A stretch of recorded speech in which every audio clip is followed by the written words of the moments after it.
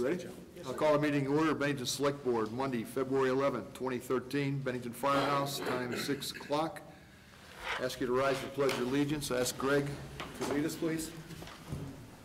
I pledge allegiance to the flag of the United States of America and to the republic for which it stands, one nation, under God, indivisible, with liberty and justice for all. Thank you, Greg. Thank you. Okay, the first item we'll discuss tonight are the minutes from January 28th. And do I have anyone who wants to, yes, Jason. Just a comment, because I asked the question at the last meeting, and going back to the Homeless Coalition, I just want to point it out for the record, and I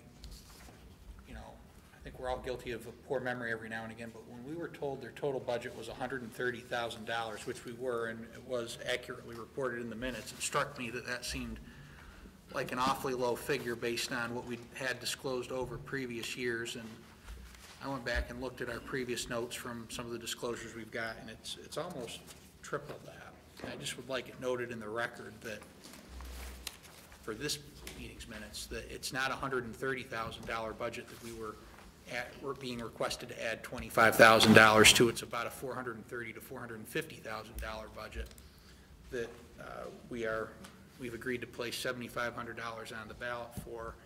And I would just also note, although they had their former general manager that was here speaking, there were several board members, albeit some of them new board members. There were several people present and accounted for that night that could have pointed that out to the board while it was deliberating what to do. Just want that noted so that we can have that in the minutes going forward. Okay. Capture that? According to their tax document that we got, the $130,000 is just 6 Bank Street, and the total was $330 on that return for the whole coalition. And another comment would be the tax returns we got were for 2010. Yes. Right. And I was absent for medical reasons last board meeting. I did watch it. I watched the action. Just to note, in our packet this week was a packet from the homeless, giving us some of the information we'd asked before. Right. That it wasn't given to us by the time we asked. So just for those that don't understand what happened, we asked the agencies to give us the detailed budget information, other information, so we could make the voters aware of what they were voting on come town meeting day to add additional money in revenue to their organizations. Most of them complied with what we asked.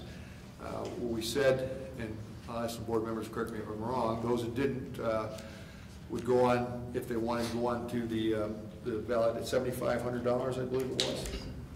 Right, and that's ended up with the motion, the way the meeting went, is the homeless will be on there, but for $7,500 and not for the request they initially asked. So that's what they'll see. The purpose of my comments weren't to belabor the point, but your point's well taken. But if you just took people at their word and listened to some of the comments and advocacy given on behalf of that group 2 weeks ago, you'd have thought we were withholding 25 or trying to withhold 25% of the agency's budget. And in the most recent information we've got, which is still 2.5 years stale, it's not quite what we would get from other people, shows total revenue of just under $400,000 in 2010, over $436,000 in 2009, with asset balances of just under $280,000 as of the year end in 2010. So it's not quite as it was presented 2 weeks ago for those both on the board and paying attention elsewhere. Okay, good. Thank you, Jason. Any other board member want to make a discussion on the minutes? No, I'll move they be accepted with comment. Okay. Second. Have a second. And all in favor? 1, 2, 3, 4. All those abstain? 2. Absent? 1. Minutes are approved. Next item, let's go through the warrants. And we'll start. Justin, you have any questions on the warrants? I don't, Joe. I don't have any questions. Jim? First one's to refund of tax credit. That's sort of an oxymoron. Which page? It's about first page. First one. Yes. In certain cases, people who fail to properly fill in the homestead exemption are sent a tax bill by us based on state information that is not accurate. Because we get our bills out prior to September 1, they have until September 1 to correct that deficiency, and many of these refunds of tax credits that you see are basically that. People correct the deficiency, and we refund the tax paid. That's it. That's it? Jason? None. Greg? Just one question out of curiosity. First page, just past halfway down, the flap gate for the flood wall. Yes. Just explain that, where that fits in all of this. Well, it is a deficiency that was noted in a Corps of Engineer inspection at least a year ago, and perhaps even longer than that. The flap gates, I think there are 2 in the 3, thank you, Dan, along the core flood wall. Those flap gates remain closed until stormwater opens them, and then helps drain the village area that would be inundated otherwise. And one of the flap gates, the furthest to the east, has actually been damaged for several years. Because we are responsible for the maintenance of the flood wall, we were required to fix it. And we were actually in the process of beginning that work when Irene hit. And now that we've done the rest of the work, we were able to go in and properly fix that flap gate. Thank you. That's all I have. Yeah, I had the same question. Sharon? Nothing, thanks. And, okay, that's it. I don't have anything on it. Any citizens out there that'd like to speak to the board and people of Bennington before we go on? Joanne? Come forward, please. I think that mic will pick you up. Yes, And and I'm sure anyway. identify yourself. Hi, I'm Joanne Ehrenhaus, the Director of the Chamber of Commerce here in Bennington. And I just want to take this opportunity to quickly invite everybody to come next Monday morning to the Bennington Museum All-Purpose Room at 7:30. That's February 18th, 7:30 in the morning. We're going to have a joint breakfast with our legislators and the supervisory union. So I hope everybody can come. I was going to start a new RSVP program, which is if you call us by Friday and tell us you're coming, it's free. If you just show up Monday, it's $5. So I hope everybody will call us by Friday. Let us know you're coming. Look forward to seeing you all. Thanks. Thank you, Joanne. Ed, you ready? Introduce our publisher of our Bennington Banner, Ed Wood. I am Ed Woods. I'm the publisher of the Banner, and over the last 7 years, almost 8 years that I've been at the Banner, I've worked with 2 editors at the Banner. When I first came on board, I spent a short time with Noah Hoffenberg. For those of you that remember Noah, very young, very spirited, very talented editor. And he moved on, as often does in these small newsrooms. For the last maybe 6 or 7 years, Jim Therian, who was a longtime member of Media News Group, employee of Media News Group, has been the editor of the Bennington Banner. And Jim announced to us about 6 months ago that it was time for him to return to a newsroom where he could be a writer, where he could be just a journalist and kind of get out of the administration of what happens in a newsroom. So I think in recruiting, for the first time in my career, it happened the way it's supposed to. I'm going to introduce our new editor in a second, but I will tell you that we put the word out when Jim made the announcement that he was leaving, and some connections within our company were made, and all I had to do was spend some time getting to know this particular new editor back in November. So some of you spent some time with her. I'm very appreciative of that. Michelle Karras comes to us from Pottstown, Pennsylvania, where she's been an employee of our sister company for the last 7 or so years. She has a long history before that as a journalist, and she was ready, and her supervisor at the time actually saw the job posting and reached out to us through our channels and pushed her to come and talk to us. I don't think it was a hard push. We did a little bit of selling on Bennington and how wonderful it is to live here during the few days that Michelle spent with us back in November. And it took us until the last couple weeks to get her here, but she's here. She hit the ground running on January 16th, for those of you that remember the headlines that day. And every day since then, it's been an interesting run for Michelle. But she has not given up. She hasn't shown any disinterest, and she's on board, and I'm thrilled to have her with us. So Thank you for the introduction, or for the invitation to introduce her. Michelle, come on up. And I just want to say, I appreciate you reaching out to those of us that you did to interview. It's the first time in my history that the Banner publisher or anyone has asked community members or community legislators to be part of the, not interview process, but let us convince Michelle to come to Bennington after we heard what her background is. So Michelle, why don't you say a few things about yourself? I've had the opportunity to meet you, and I'm just glad you took the opportunity to come up here. Hi, yes, my name is Michelle Karras. I am the new editor of the Banner, and I'm very happy to be here tonight. I was lucky enough to meet a couple of you during my interview in November, and now I've been on the job almost an entire month, and it's been quite a busy time so far. So I hope to get to meet and get to know the rest of you. Thank you for having me. Well, one comment I'm hearing already is people appreciate your signing the editorial page so people know who's actually writing it. That's already around town. So you've already made an impact that hasn't been common here in the past, at least to my knowledge. So. I'm glad you like that, because I not do. everybody does. I do. Some people love that. I didn't say I like your editorials. I like the fact that your name on it. No, it's great. It's great. You're welcome to Bennington, and obviously you're a part of the community team, and we're happy to have you and the Banner here. So thanks for coming tonight. Introduce yourself. Does anybody else have a question for me? I didn't prepare any remarks for you, but I'd be happy to. That's fine. We won't put you on the spot tonight. Okay. Yeah. Well, thank you, Michelle. Thanks for coming.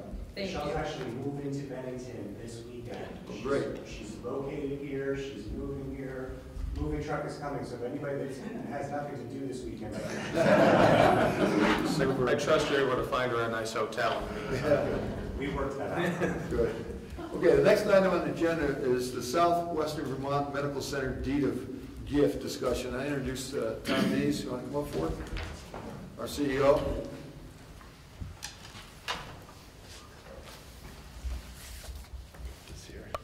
So, gentlemen, members of the Select Board, thank you very much for the invitation to come tonight. Maybe before I start, I could just introduce a few of our board members and key staff who's in the audience. We do have Marty Krause here, who's a board member here, and Kevin Daly behind Marty, and Mike Brady.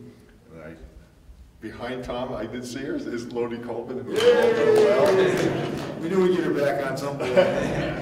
And also some key staff people, Kevin Robinson, who is our Director of Communications, and Jim Tremarchi, who's our Director of Planning.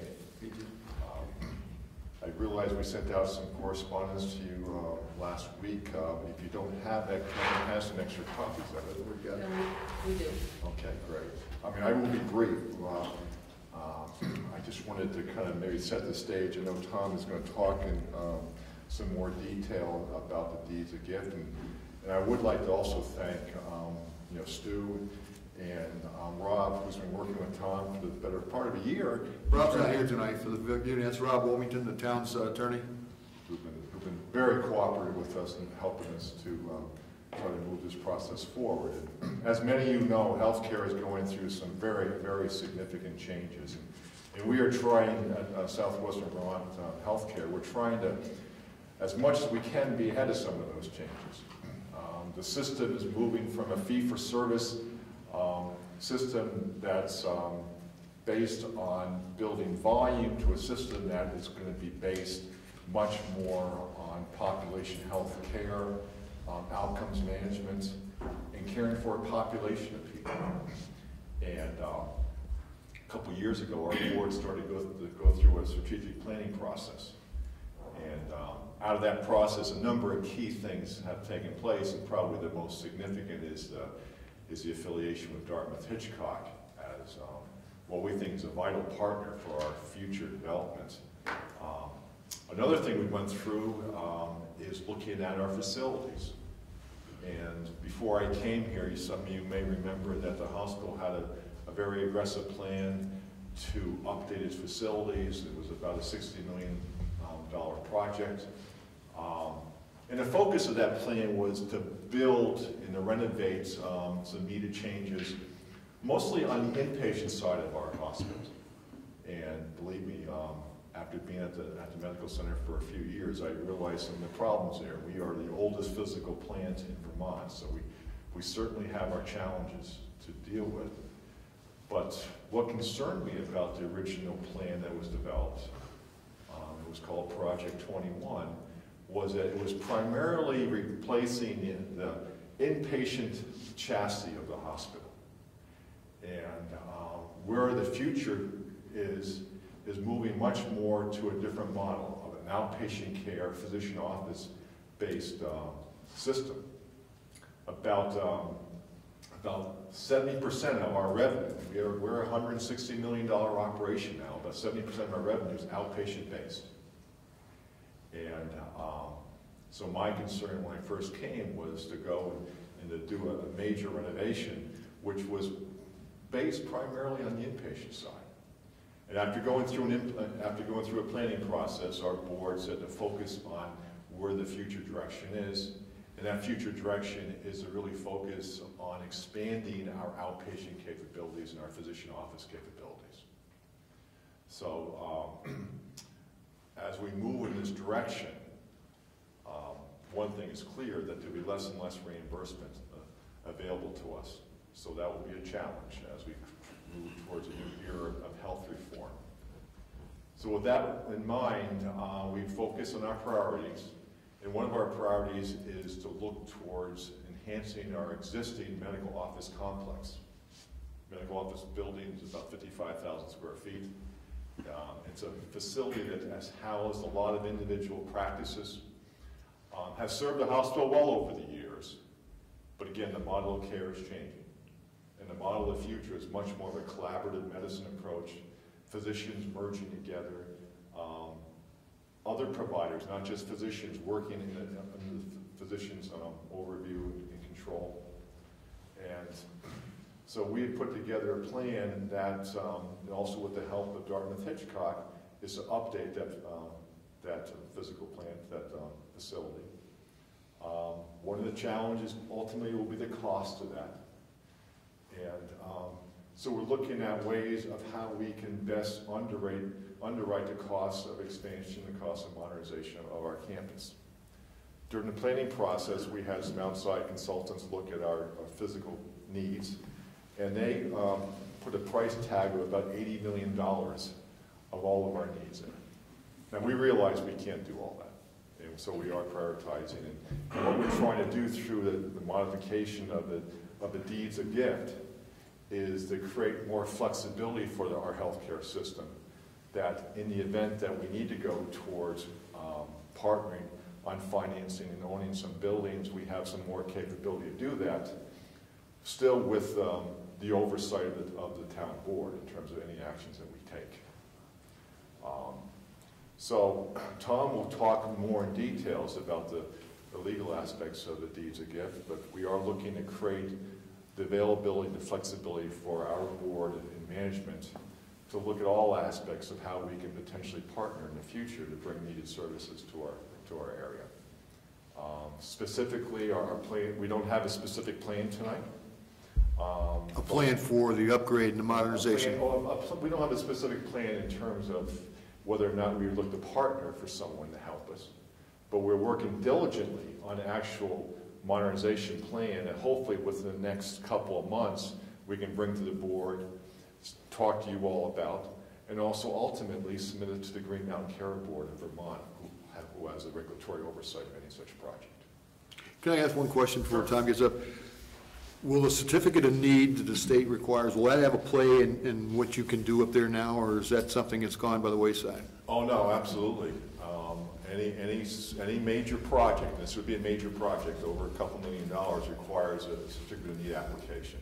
So you have that hurdle to go over too. Yep, the Green Mountain Care Board is the oversight body that we will have to go through in terms of getting their approval for any major project, be it new services, be it new buildings, be it any major program.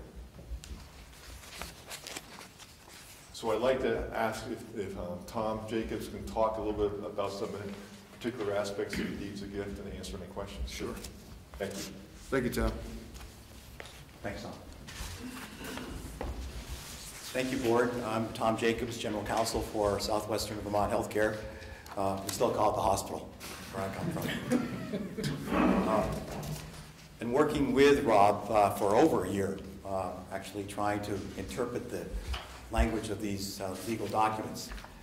As Jason would understand, the complexity of the documents that were initiated back in 1914 make it hard to deal with putting in practical effect in today's world, particularly in the healthcare situation.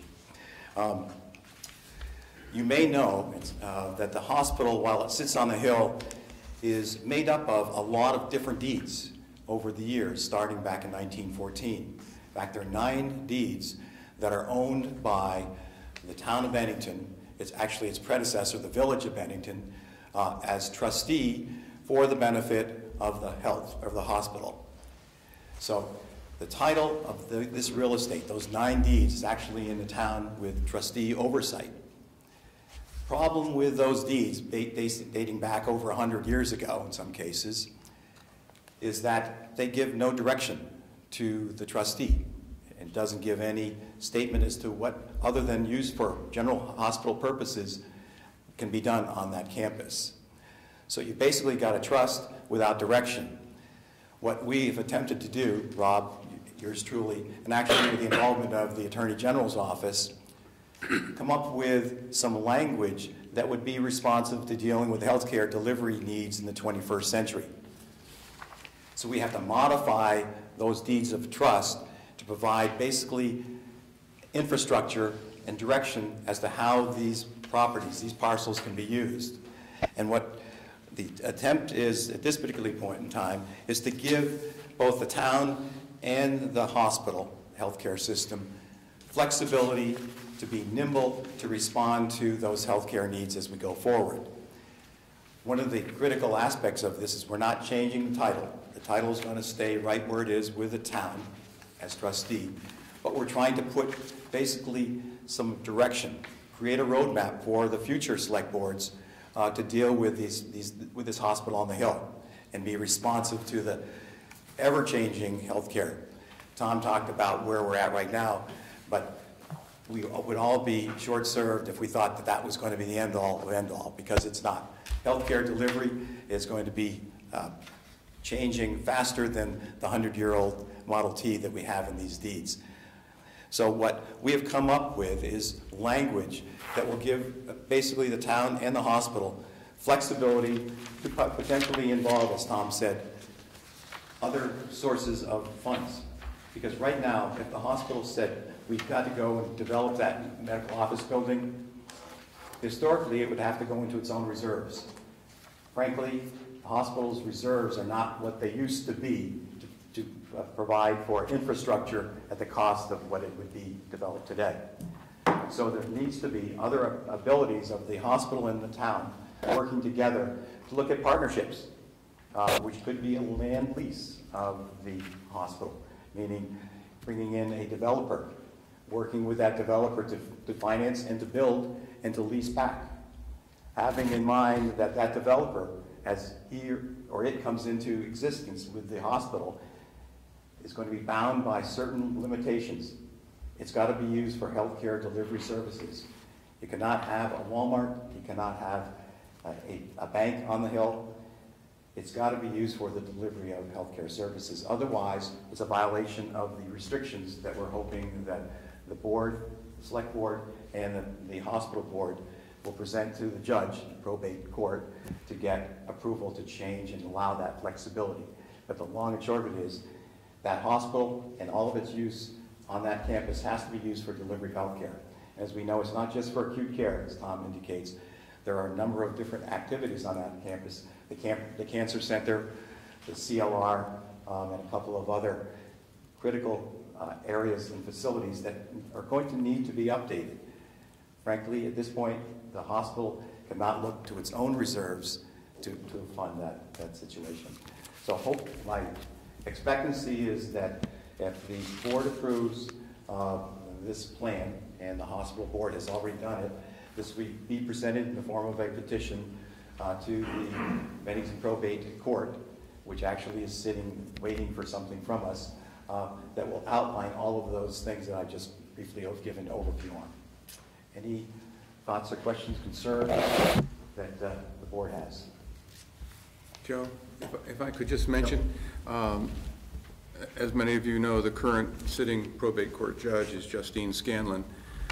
She has already recused herself from action on this item because of the conflict of interest that would exist, and there is a process to replace her oversight, and I think that process will begin soon after these meetings are concluded. Okay. Thanks, Steve. The judge has been very mindful of her conflict and advised us when the original papers were filed of her a year ago. But I think at this point the system is waiting for a decision by these two systems. And as this, the hospital system sees it, this is an opportunity for a new partnership between town and the hospital going forward. Something that's sort of been there in the background for over 100 years, but now will be really an important part of going forward with the delivery of healthcare services in this town. Any board members have any questions, Tom? This has been going on, so the public knows, for a couple of years between the select board and the board of trustees, the people there. Actually, when Lodi Colvin was the chair, I think we began it. I know, Jason, you were in some of the initial meetings. 4.5 years, I think. 4.5 years. It's been a while, and this is an important thing, or we wouldn't be addressing it tonight.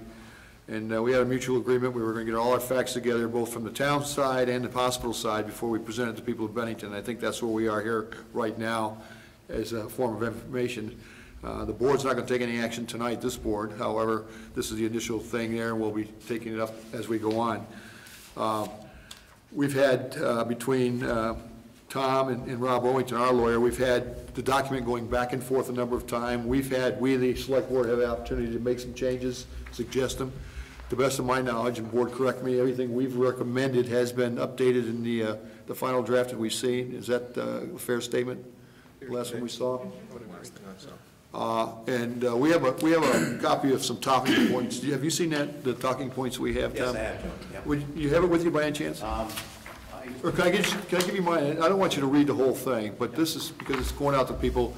Take a look at the headings and just kind of capitalize the key. Like the language does several things, and I think the main one is the town is still in charge. The select board is still a final say. Talking point one. There it is.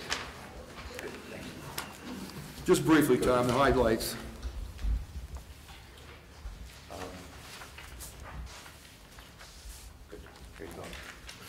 Thanks. Sure. The interesting things about this talking point is that we're not talking about a deed of trust. We're talking about deeds. So there are a multiple set of them. They're like actually 9, as I think I said earlier, that impact. The present deeds limit the flexibility for the development of the campus. Lacking that flexibility, the hospital can't respond to the needed requirements for infrastructure improvement. The same way, if the hospital came before this board right now and the board said, that sounds like a great idea, go for it, this board would not have the authority under the present language of the deeds of gift to do that. That's why we're actually asking the court to give this board more flexibility to respond. There is not a plan in place, and I don't believe as a practical matter it would make any sense for the hospital to come to this board and say we want to sell the land to a developer, Oliver Park.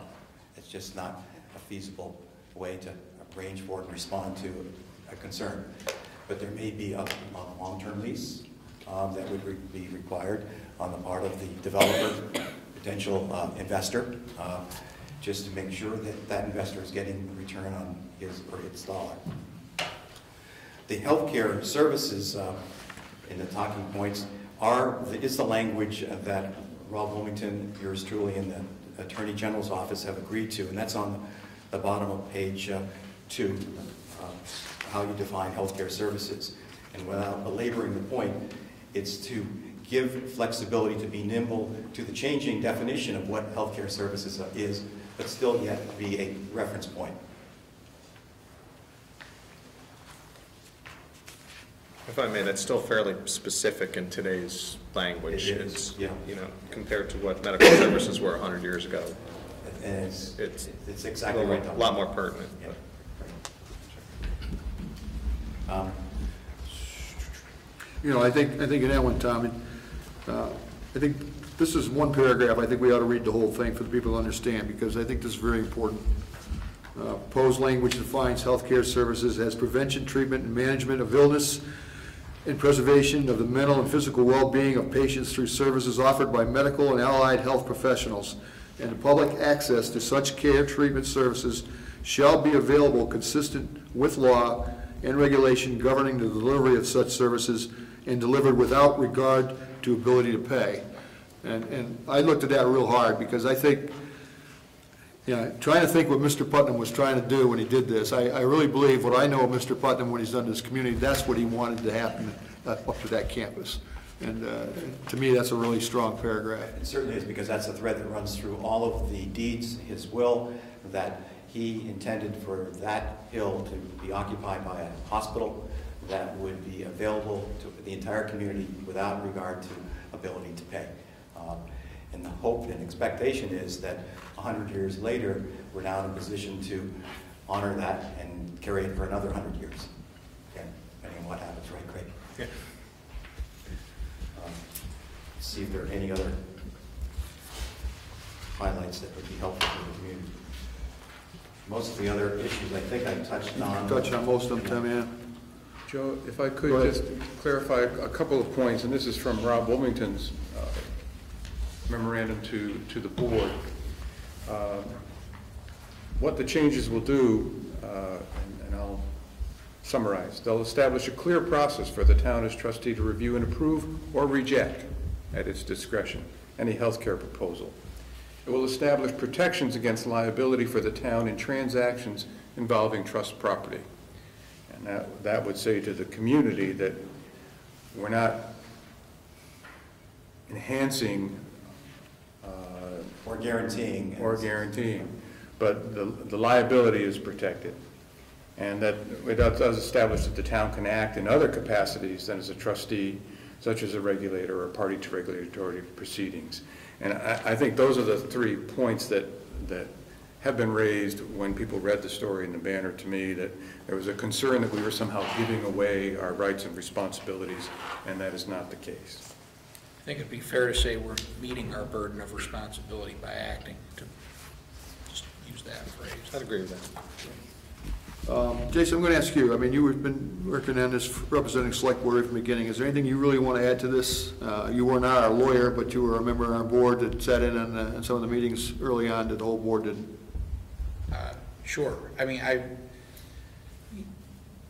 think what Stu just articulated was probably a fair comment of, not that it's been public for the 4.5 years, but there would be a kind of a rumbling, sometimes from then members of this board. I don't think anybody here, until they really kind of came to understood what it was that the hospital was seeking to do, wasn't a wholesale giveaway of the trust responsibility. It was, you know, as Tom just said, in 1914, Henry Ford was building Model A Fords, and in 1914, those were state-of-the-art. But today, they aren't state-of-the-art. And if anybody wanted to think for a minute how difficult it would be to use language crafted in 1914 to a problem in 2013 today, tomorrow take a few minutes and try to figure out how you'd like to have something run in 2113, and I think you'd find pretty quickly that it's impossible. And the good news is that for 100 years, it's worked pretty well, and we've got a great hospital. I'm for this because, you know, I think it's crystal clear to this. I don't want to speak for the board, but to me, and I think to most of this board, hopefully all of the board, that this is, in a word, you know, we talk economic development, always seems to be the phrase that keeps coming up in this room on the 2nd and 4th Mondays of most months. And this is true economic development. I mean, this is not forming a committee to think about something, to form a strategy statement, to do something maybe in 5 years. This is, you know, as Tom just said, the town of Bennington has one business that is a $160 million endeavor, and it's the hospital. Tom, not to put you on the spot, but I think you employ over 1,000 people up there in total? About 1,200. 1,200 people, thanks. I mean, you've got relatively high-paying jobs beyond that. They're Professional. very professional. I think it goes without saying that those would be above-average salaries for the town of Bennington.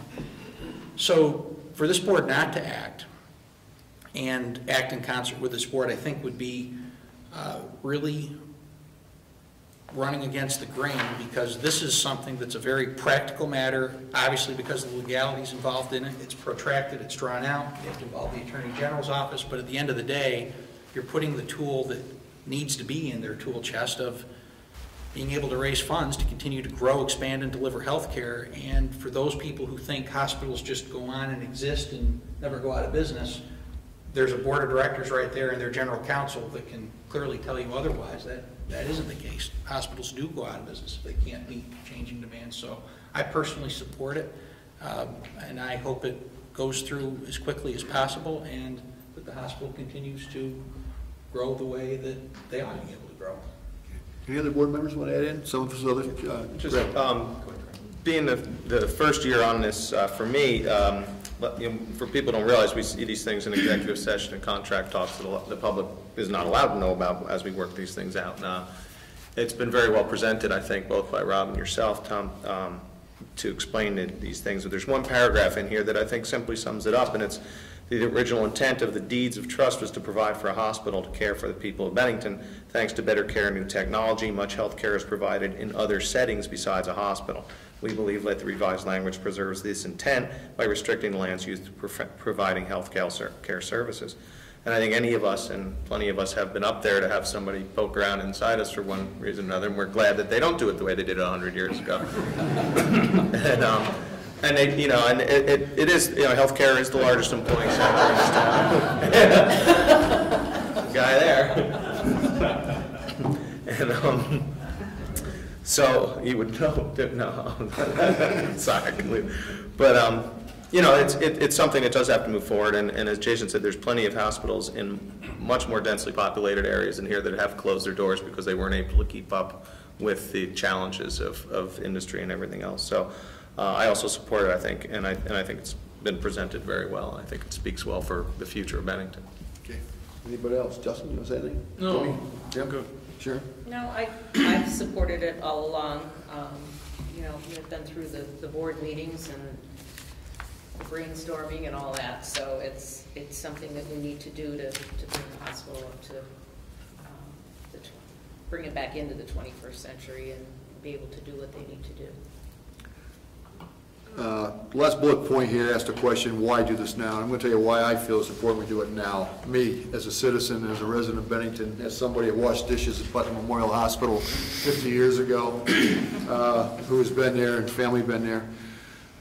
Healthcare, as we all know, pick up the papers, is changing. Look at Vermont, how it's changing. It's changing faster in Vermont than other places it is in the country. And I think it's important for us to look at this the way we have from the town standpoint and the hospital board has, to make sure they are poised, ready to go as these changes come along, that they don't have to come back and wait and study, as I think Jason said, 4 years, 5 years or something to get up there. And again, I happen to know because of another job I got on the other side of town how money plays an important role in anything you try to do when you're talking about care of people. So this is why I support it now. I'll be up front, I'll be honest, 4.5 years ago I did not. As some of the board members remember, I was not comfortable with either our side or as I understood the trust, but it's been a great education process in the last 4.5 years, and I'm going to support it. So I think, Stuart, the process now is, do we have to bring this up for a vote at some point in time from the board? So you would need to take a process? formal action. I think that the intent of the board was to hear the presentation tonight, answer any questions that arose, and then at the next meeting it would be on the agenda again for action by the board. Okay. So that you would be taking that in a public setting. So I'm hoping the press will take and let that schedule know, so the people of Bennington understand there's a 2-week wait here before we're going to take any action on it. They know who the select board members are. Please get a hold of us if you have any questions, or anybody on the town staff, Stuart, or anyone else that knows it, or the hospital staff, Tom, if they have any questions. And right now, the intent of this board is to take action on it 2 weeks from now.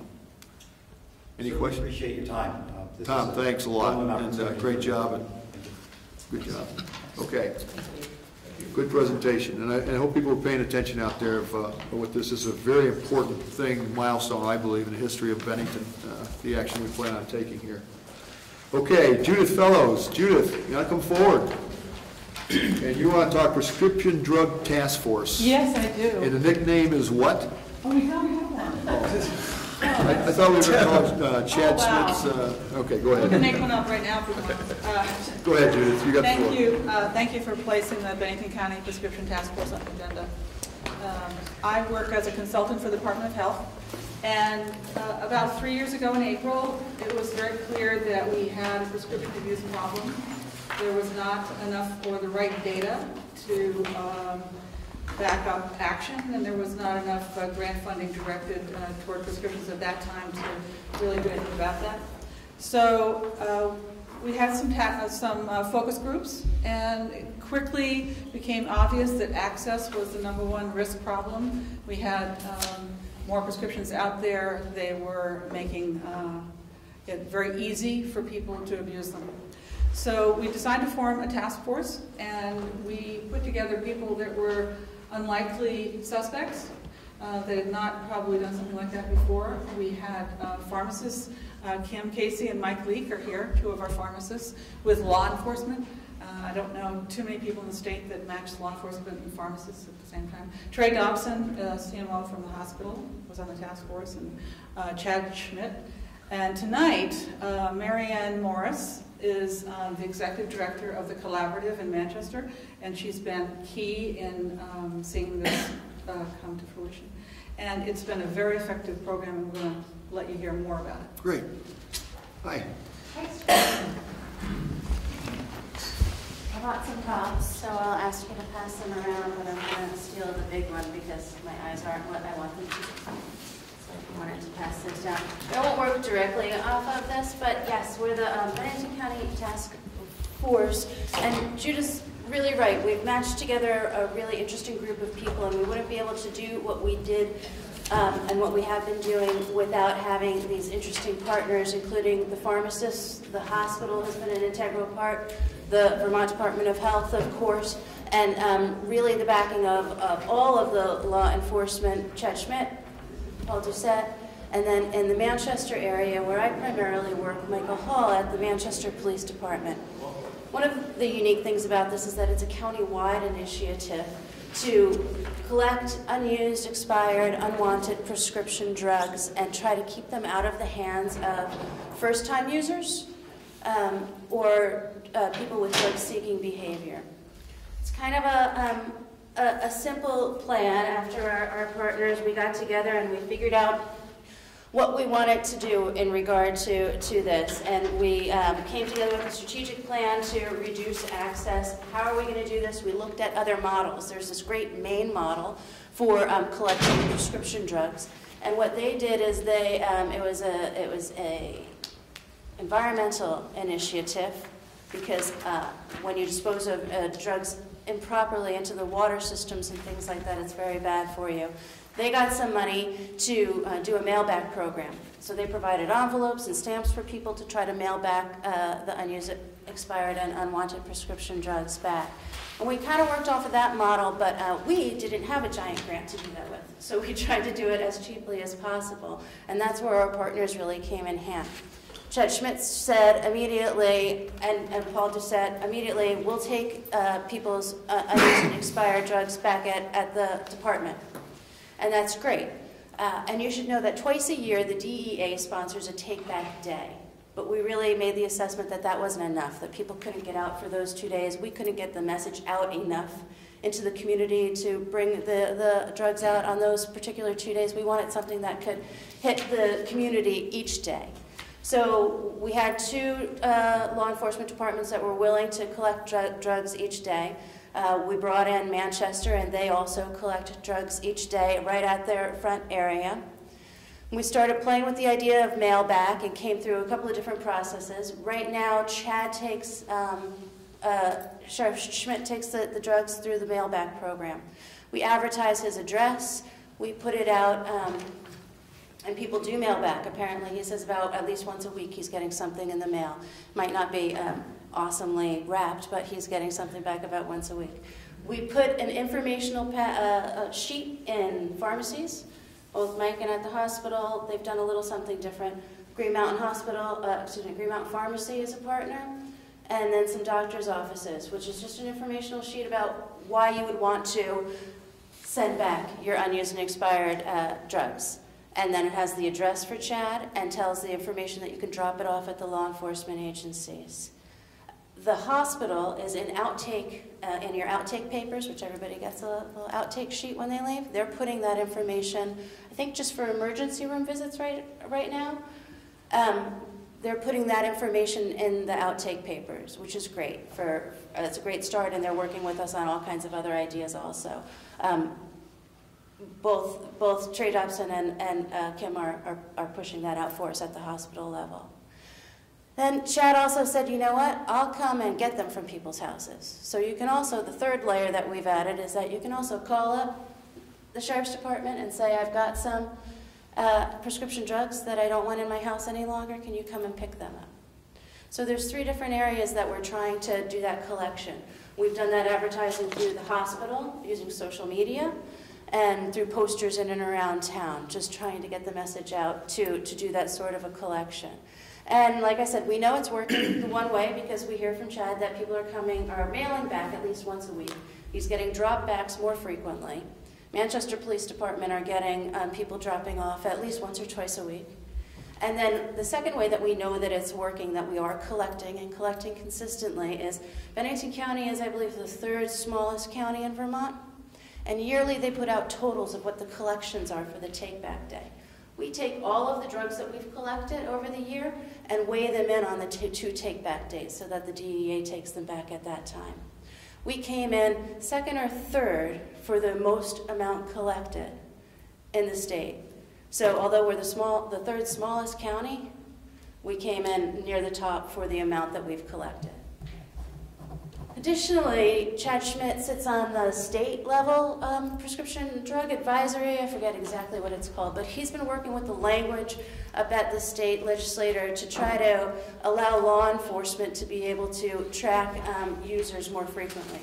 He's gotten our program notice at the state level, and it's being used as the suggested model for communities to take up. And we are the only county that uses this type of a model of mail-back, drop-off, and drive-by. This is what I would have to call that. So that's where we're at, and we've done this all with really no budget. We make some of the marketing materials. I know AmeriCorps is in my organization. Kaya Morris is also the Alliance for Community Transformation, which is a coalition like mine here in Bennington, and she's used some of her resources and some resources at the hospital, and that's where we're at with the successes that we've had. We've just had our meeting about where we want to go. We want to include a little bit more senior access because we know that they have unused and expired prescriptions hanging around and that they might be easy targets. So we've had a meeting with the Council on Aging to get their advice on how we should move forward with that. We know that they're also a great population to utilize that benefit of having the sheriff come by and pick them up for them. And then we just want to work on educating the community more about this opportunity and why it is important to try to keep track of your unused prescription drugs. And then towards the back of the packet, if you wanted to see, these are some of the information sheets that we put out. The address for Chad Schmidt and little trifolds that are at doctor's offices and pharmacies, and then a couple of the posters that we have around town about how to collect. And we thought that this was really great timing to come and talk to you after the Bennington headlines of January 16th. It was a good time to come by you. Okay, so you just mentioned pharmacies, I think, for the first time. So what are you doing in the pharmacies themselves? Sure. We're advertising that this is an option at a couple of the pharmacies. Some pharmacies are unable to partner with us because they have a larger, you know, the Rite Aid and CVS, they have a corporate policy on it. I'm not so concerned with them taking it back. I guess No, I'm more they don't take it concerned, back. I'm more concerned with, well, I'll give you an example. Sure. I get my medication from the Veterans Administration, and in the packet, it comes in the mail. Mm-hmm. There's instructions to what I'm supposed to do for unused medicine. It tells you to turn it back. Are we doing anything? You're talking Chad Smith, our sheriff, is talking with the legislators. Are we looking at anything that maybe when the pharmacy or any of our pharmacies gives out that medicine in that packet, there's a little label on it giving the turn back? Yeah, we medicine? talked to the pharmacies about that, and the label wasn't the way that we could go. But what we could go is that there's these little trifold handouts, and they're available at participating pharmacies. Okay. So Mike Leakey's at the Price Chopper, they're available there. Green Mountain has it available there, Okay. As well as their one up in Manchester. So that's the participation of the pharmacies in that capacity. But they can't take back there. It's a real. Understand. I've got some questions for you. With respect to the mailing back of these prescription drugs, is this done anonymously or, okay? Yeah. Because I could see how that could easily be abused of information. Sure. And that's what we were thinking of, is people who would want to get rid of the prescription drugs, but not want to pop by the police department or, you know, come by on a take-back day. Now, when you say that these trifold information sheets are available, yes, are they inserted into each bag of prescription drugs? They're at the I mean, while they're checkout. Available, that's nice. Yeah. But They're at the checkout. We'd like to see more of that. They're at the checkout area right now. What we're hearing, and maybe Mike can add to this, is that it's a little too cumbersome to be able to put it in each bag. But there's a stand at the checkout area and a poster at the checkout areas. You know, and we're open to trying to figure out what other point of access should we be working towards. And you're just giving me a great idea with the VA hospital. So we'll be probably knocking on their door in a little bit too, to see if maybe we can get something in with their medications if they're mailed in. Yeah. in addition to this information, and something that a phrase that comes up often is doctor shopping, is there anything that you do with respect to this effort that addresses that? Well, the bonus of that is that we're able to do some presentations to the doctors and things like that at the hospital and get that information out through Dr. Dobson. But the hospital's really working on that themselves, and what I hope that you'll see over the next few months is that that your hospital here is going to be really on the cutting edge of that kind of doctor shopping prevention. Finally, with respect to, I think it was last year, maybe 2 years ago, Dick Sears proposed legislation that would have involved both healthcare providers, physicians, pharmacists, and law enforcement officials with respect to addressing prescription drug abuse. Have you had any contact with our legislators with respect to your effort? I think that I write to my legislators and keep them up to date on what I do, but Dick Sears isn't one of mine. So I imagine, though, and Judith will talk about that probably. Yes. Yes. Dick is right on this. He's the reason our banking model is in the bill, talking about the prescription monitoring system, and Chad and Dick are in contact. Thank you. Any other questions? Any other questions of the board? I just want to say I'm very happy to hear about the initiative. I think it's a long time coming. It's great to see people on it. Chad's done a great job taking the lead on the issue, I think, from my perspective. And there is an at-risk population when you talk about the Council on Aging, elderly people who don't like to throw away things they've paid money for on a fixed income, yet it puts them at risk for having these things laying around, and people in desperate situations know they have. So that kind of awareness, I think, is going to be key to the success of the program. Great, thank you. And just a suggestion, like one section of this, maybe the pharmacies, and I don't know where they get their packaging, but the bag that they put everything in, print it right on the back of the bag. I would love that. Just a thought. Yeah. But I do support the program. I think it's a great idea, and I think it needs to, be utilized more. Thank you. How long has this program been going on? I think that we've been we started meeting and sort of going, what we know that there's a problem and what can we do back in April of 2011 is what I'm going to say, 2010. Well, I guess where my question was going, because the legislature passed in a law before that time, as far as the pharmaceutical salesman going, knocking door to door, passing out stuff, and I was just curious. I know a lot of, I for one, at the time, it was a double-edged sword. I mean, I felt that good doctors were getting things that they could give to patients that couldn't pay for it. Yeah. Now they can't. But now I see there's probably not as many drugs floating out there as would be given away just for samples. But you can't compare it. You haven't been in there long enough to know if that legislation has had any effect. No, we can't compare. But what I will say about that is that doctors are becoming, more aware. There's a fine line between making sure that a patient has everything that they need and then giving them too much. And I think that that message is getting out in the medical community, particularly in our medical community here. Great. Any other questions? Well, I agree with you. The timing is probably right for you to be here to talk about this, and after our hospital talking about that and then everything that we've going. So appreciate you coming all the way down from Manchester. Yeah, well, Londonderry, actually. Londonderry, all right. Thanks so much. Thank you. Judith, thank you.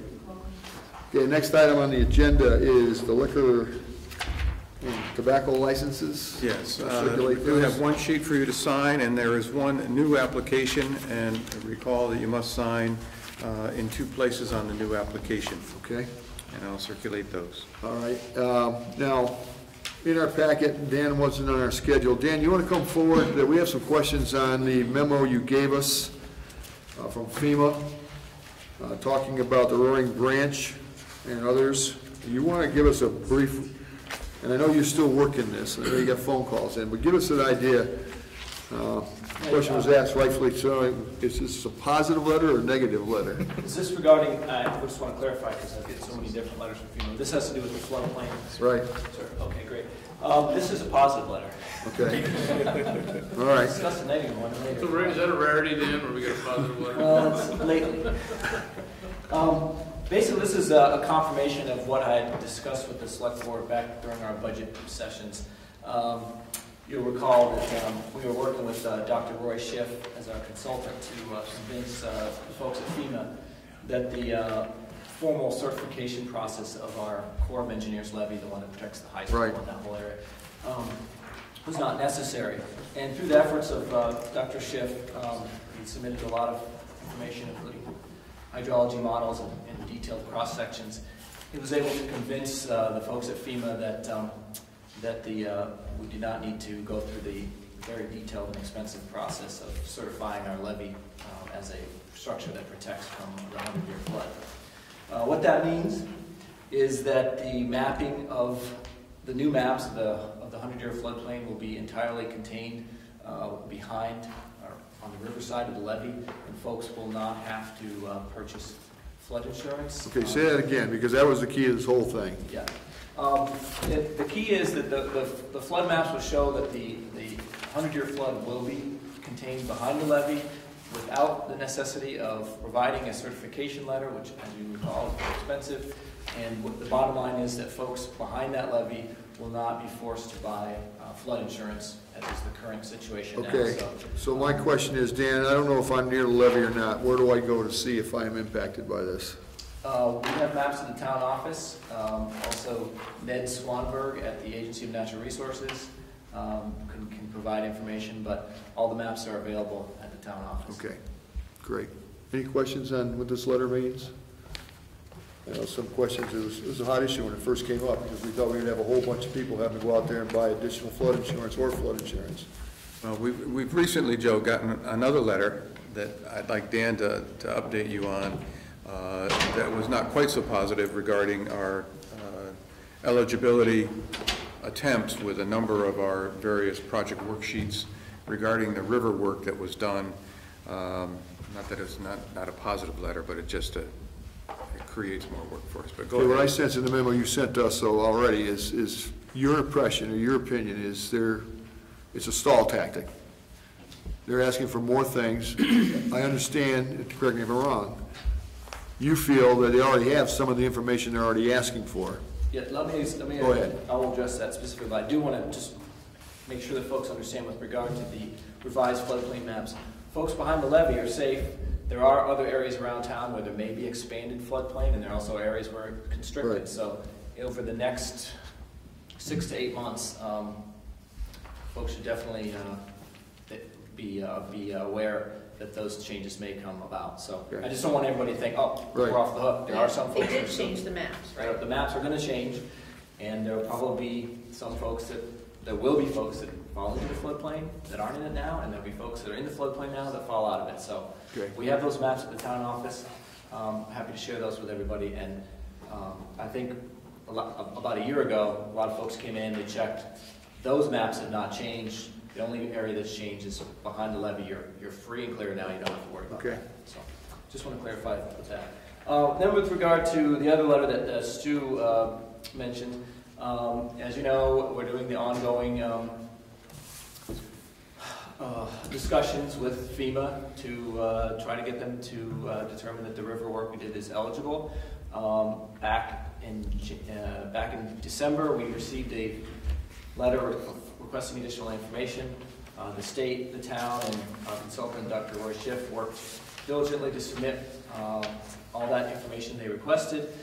And then just a couple of days ago, we received word that there was an additional request for information. And I've actually just been able to review it today with the town, with the state, and the state's consultant, and our consultant, Dr. Roy Schiff. It's our conclusion that it's still very clear that FEMA is not accepting or understanding that our river hydrology is much different than the typical river hydrology where you have, like the Mississippi River, flood water comes up, flood water goes down, there's not a lot of erosion. It's really an inundation model as opposed to an erosion model, which is what we have. Most of our flood damage occurs from catastrophic erosion. We're still working on that. We're still working on making sure that they understand that. We will be requesting a meeting with the FEMA folks again to go over that, and we will also point out to them that the vast majority of the information that they're requesting has already been submitted and is actually already within the project worksheets that they've prepared. So it's an ongoing process. I have been in touch with Senator DeLay's office. I've been in touch with Congressman Welch's office. They're fully aware of the situation. They are making their concerns known to FEMA, and we continue to move forward. Now that Sue Minter's gone back to her old job, who's got it for the state now? Who's your point of contact up there? We work mostly with Ben Rose. Okay. There is someone that has replaced Ben. I've only spoken to him briefly, and I forget his name right now. Forgive me. But we work directly with Ben. Sue is also still on board. She hasn't left the state. She's still fully aware.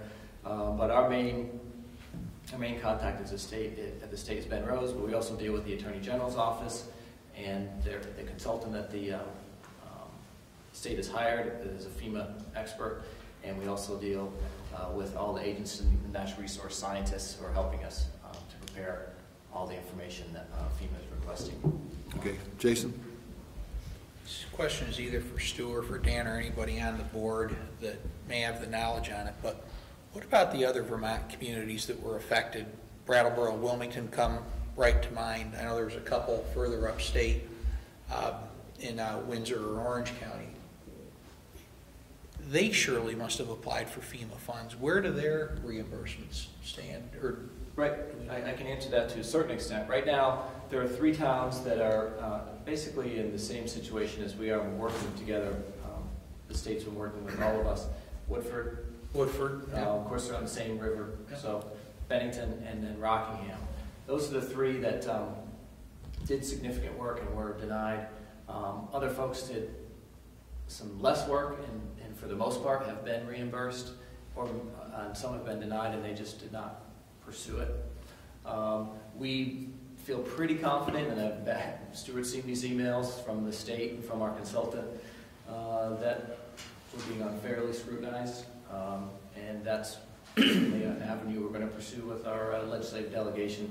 But in the meantime, we have to continue to make sure that we do our best to provide. But there's a lot of individuals that have not been settled up, or FEMA has not settled up with on individual damage. Yes, and that's a completely different It's program. completely different, but, you know, I lump it together. When I drove to Montpelier last week before, and on 100, 107, I think it's Pittsfield or Pittstown. Yeah, Pittsfield. I'll tell you, what a sorry state of affair of this country if it can't go in there and help these people whose houses are still sitting there. You won't believe that town. It used to be a beautiful little town.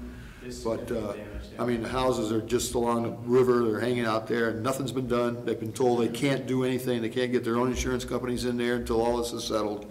You got families just sitting there wondering what's gonna happen.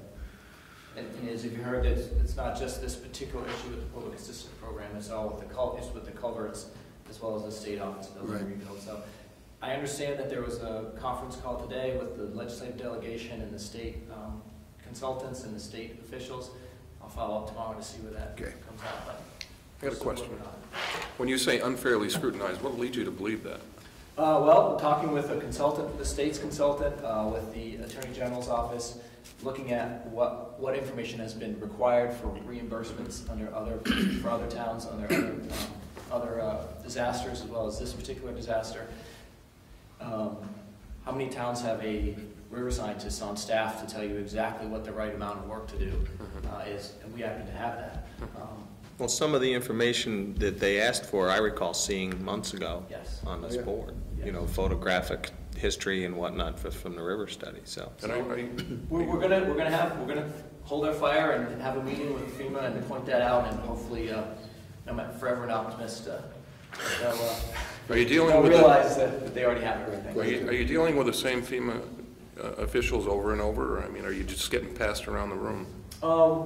We have been somewhat fortunate in Bennington, I'm going to say that we've dealt mostly with the same personnel. It may be that it might be time for other personnel to take a look at it. I don't know. That's going to be up to folks that are much higher up on the chain than I am. So. Okay. Any other questions, Dan? Okay, Dan, this is obviously a hot item for the board, so please keep us all informed as it goes along. And we're kind of low on the pecking order when it comes to the legislative bodies that have any control over FEMA. But I will have to say, and I know that folks get impatient, but we continue to have direct communication and direct support from the legislative delegation. They have been very helpful, and I can sense the frustration that they're having as well, and hopefully that comes to a head. okay, great. Thanks, Dan. Thanks, Dan. All right, Stuart, manager's report? Yeah, I just have one action item, and perhaps this is something that we would want to announce tonight and then act on it another time, but quite some time ago, you asked me to take a look at town properties that might be appropriately designated smoke-free. And we've got a number of signs out suggesting that people be careful where they smoke and how, and within certain facilities where children and seniors might be located. Finally, haven't had the time to sit down with the list. I am prepared to recommend that the following facilities we ban smoking on the properties in their entirety, and that is the Bennington Recreation Center, the Stark Street Playground, the Bennington Senior Center, and Willow Park in the vicinity of the community-built play area. It would take an action by this board to make that ban or put that ban in place, and then it would be up to us to sign it properly and indicate to our staff that this is truly a ban, it's no longer a suggestion, and that we would then enforce it as necessary. Okay, board? I would fully support it, and I think I'm the only smoker on this board right now, and I'm not proud of it, but I certainly recognize the dangers not only to older people, but to children, in particular with respect to secondhand smoke, so I would fully support this. Other board members? Stu, if we've, I'm assuming from your recommendation that the suggested ban on smoking as opposed to an ordinance has not been terribly heated? Yeah, I think that's a nice way to say it's not been terribly heated. I think that we still have issues with people smoking in areas where children play, where others are congregating, and I think this is the next necessary step in order to make this a reality. Well, I'll say I'm not a big fan of writing law about common sense, but I think when common sense doesn't happen, it makes sense to step in for public safety and liability. I think, you know, when you have the first place I worked that went non-smoking because it was classified as a Class 2 carcinogen, secondhand smoke, and they wanted nothing to do with it, so they banned it on the entire property because of the liability. It's a legitimate concern. So, unfortunately, I think I'd have to support this if that's the case. Other board members? Yeah, I would have to support it too. Don't we have the smoke-free zone signs? We have smoke-free zones, but those are not necessarily enforced effectively. Okay. And by banning it on the entire property in the cases of 4 of these facilities, it's a very clear indication that it is not allowed. Okay, I would support this also. Jason? I just have a question about, this came up 4 years ago, I think, when we talked about it in a couple of presentations. Voting against something like this is like voting against baseball, motherhood, and apple pie, so, but, that being said, the enforcement portion of it, that is the question that was here 3, 4, 5 years ago. That's the question that's still in my mind. There's no doubt in my mind, and I don't think there's any doubt in anybody's mind, Jim said it very nicely, that, you know, these are certainly places where there's a lot of children, there's a lot of families. Playgrounds and rec centers, by definition, are there to promote health. The Winston-Salem Corporation has a warning on their product that they sell that says it's specifically against health. But what's the mechanism of enforcement here? Because when you make a law or make an ordinance, there is going to be a rightful expectation by somebody negatively affected that they should be able to have this enforced. And how are we going to enforce it? In this particular case, because we're simply banning smoking on particular properties, this will be staff enforced, not police enforced. It's not a police enforcement action. It simply gives our staff the authority to essentially tell somebody either leave the premise or put that out. And that's I think what makes this more effective than perhaps adopting an ordinance that is enforceable by the police department. In the first and the third examples, that being the rec center and the senior center, we have on-site staff Yes. regularly whenever those facilities are open. But that's not the case when it comes to the Stark Street playground or the community-built play area of Willow Park. Generally, when Stark Street is in use, it is staffed.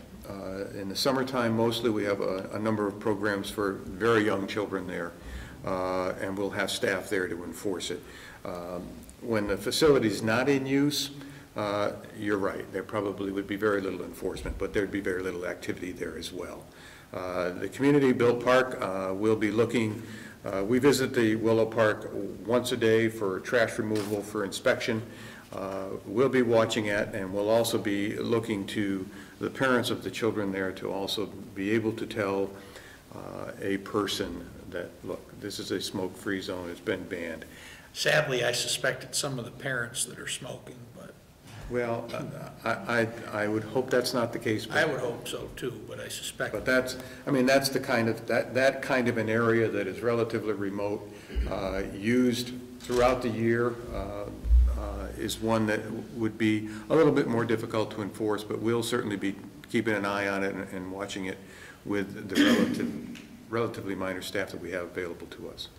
I guess that being said, I think it's a fine policy. My concern would be over time where enforcement becomes the potential issue of, as important as this is, and I don't think anybody should be subject to secondhand smoke in an unreasonable area, and I think these are all, would be unreasonable to expect somebody to have to put up with secondhand smoke.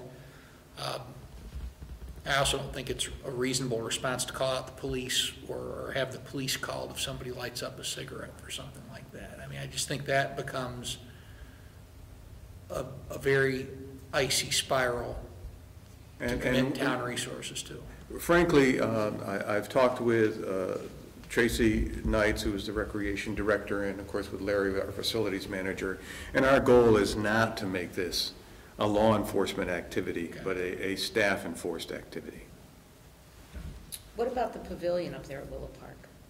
Like up at the top of the hill? Well, the pavilion is used by a variety of people. It's rented by people for parties of various kinds. I don't see that as the concentration of children or elderly that you might have at the community built park or at some of these other facilities. So initially I've stayed away from the pavilions because they are rented out for parties by people, and simply I think making enforcement there would be very difficult. Anything you want to say, Justin? I think for the most part I support it. Typically not one for adding more and more restrictions on people throughout their daily lives, but when you look down through some of these locations, there's really no need for somebody to be sitting on a playground where children play smoking. So I guess it's just sort of a common sense issue. A little bit like what Greg said. If people can't exercise their own common sense, sometimes you need to exercise it for them. So I've got no trouble with the areas we've identified to do this. I'm concerned with both yours and Jason's comments on the enforcement side of this thing. I'm concerned whether or not a person will listen to a staff member to put out a cigarette in one of these areas. And then where do we go then at that area? Obviously, we've got some staff members who will handle the situation correctly, go. Well, I think that for our part, we need to be able to support our staff, provide them with adequate training, so when they approach somebody, they approach them in the right manner and in the right way. And we'll do that should you folks take an action to designate these places as smoke. So can I assume that if I have a membership at the rec center and I'm in violation and Tracy comes out and tells me so and I still light up, that we're prepared as a board or as a town to revoke that permit to use the rec center? Yes. Okay. And how do they handle Go ahead. How do they handle any other situation? If somebody's acting inappropriately, they're doing something they shouldn't be. I mean, generally they'll reach out to the police department if there's somebody that is unruly or acting terribly inappropriately. Tracy has been with us a long time. She's very well known at the facility, and I would say generally she doesn't have much trouble from people, but when her actions don't succeed, they are all advised to call the police. Well, my point is, anytime we do something like this, there's got to be a consequence somewhere for that person, and hopefully there's not many, but, the hospital is a smoke-free campus. Yes, it is. So what are they doing? They're going out from the waiting room, they're getting in their cars, and they're smoking in their cars. So is that smoke-free? But they're not supposed to even smoke in their cars. That's right. I'm just telling you what they are doing. Yeah, I know. They know what they're not supposed to be doing. But, I mean, you see where I'm going with this thing. Well, yeah, and I think the hospital campus is a huge campus. Sure it is. So is Willow Park. Well, so is the rec center. We're going to focus our efforts around the community-built park, the playground area there. But the other facilities are relatively contained. Yes, could you cut across a gauge in Bradford, cut across the lands of the town of Bennington Recreation Center and have a cigarette as you crossed it? Sure. Is somebody going to run out and challenge you? More than likely not. Yeah. But the idea is that we don't want people walking onto the facility, getting out of their car, smoking as they approach the facility, and standing outside the door finishing their cigarette while people are entering and leaving the facility. And I understand that, and I'm throwing just one more caution out, and that's for the person who sees somebody, the citizen seeing somebody, okay? And no action's taken, in their words, by either a staff member or anyone else, then they're going to come to us and say, well, why did you have a policy out there if you're not willing to do something about it? Yeah. So, it goes back to that thing again. That's valid criticism. We're just going to have to be prepared that that's going to happen at some point in time, that we're going to do it. But the next step is what? To go with an ordinance. Then we would go with an ordinance. Then we have to decide whether the offense is steep enough that we want to put more police officers on the thing to answer that. So, I mean, that's the But next I'm hopeful, Joe, that we're not So am I. That step's not coming So down. am I. I Okay. tend to think if you make it an official policy that peer enforcement will be part of the formula too. I mean, it does give other parents something to go with and say, this is not a voluntary thing. And it seems to me that the goal of this thing is to get smoking away from the more populated areas, the playground, the entrances of buildings, and whatnot. Somebody walking across the parking lot that's isolated by themselves, a little bit different situation than somebody sitting there blowing smoke in space on a playground. So I can recall 30 years ago that a girlfriend whose brother really frowned on smoking, and he said to me that 20 years from now, it's going to be absolutely socially inappropriate to smoke. And I thought, oh, he's crazy. Yeah. Well, we're 30 years later, and it is socially inappropriate and becomes less appropriate every day. Well, I think we've discussed this enough. I'll entertain a motion to, let's begin this tonight, if someone wants to make that motion. So make it. I'll second Can I have a it. second? Any further discussion? Okay, so what we're doing is we're outlining the following areas, town properties, where smoking will be banned, and that's the Bennington Recreation Center, the Stark Street Playground, the Bennington Senior Center, and Willow Park in the vicinity of the community-built play area. Clear? Okay, all in favor? And that's 6-4 and 1 absent. Thank you. That's all I have tonight. Okay, all right, so let's start, Justin, do you How have about any? the next meeting, the March meetings? What's that? How about the March meetings? Okay, you want to make that announcement now? I throw that at you just to remind you that Oh, okay. when they occur, I'm sure you all know when the town Right. meeting is. And by the way, the annual report is out, and we'll have hard copies for you as soon as we can get them to you. Okay, good. Okay. Okay, Justin?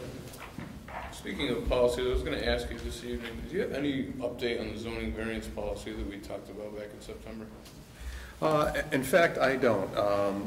Dan and I have talked about it a number of times, about how to put it into writing, but we haven't actually sat down and done it, so you're absolutely correct.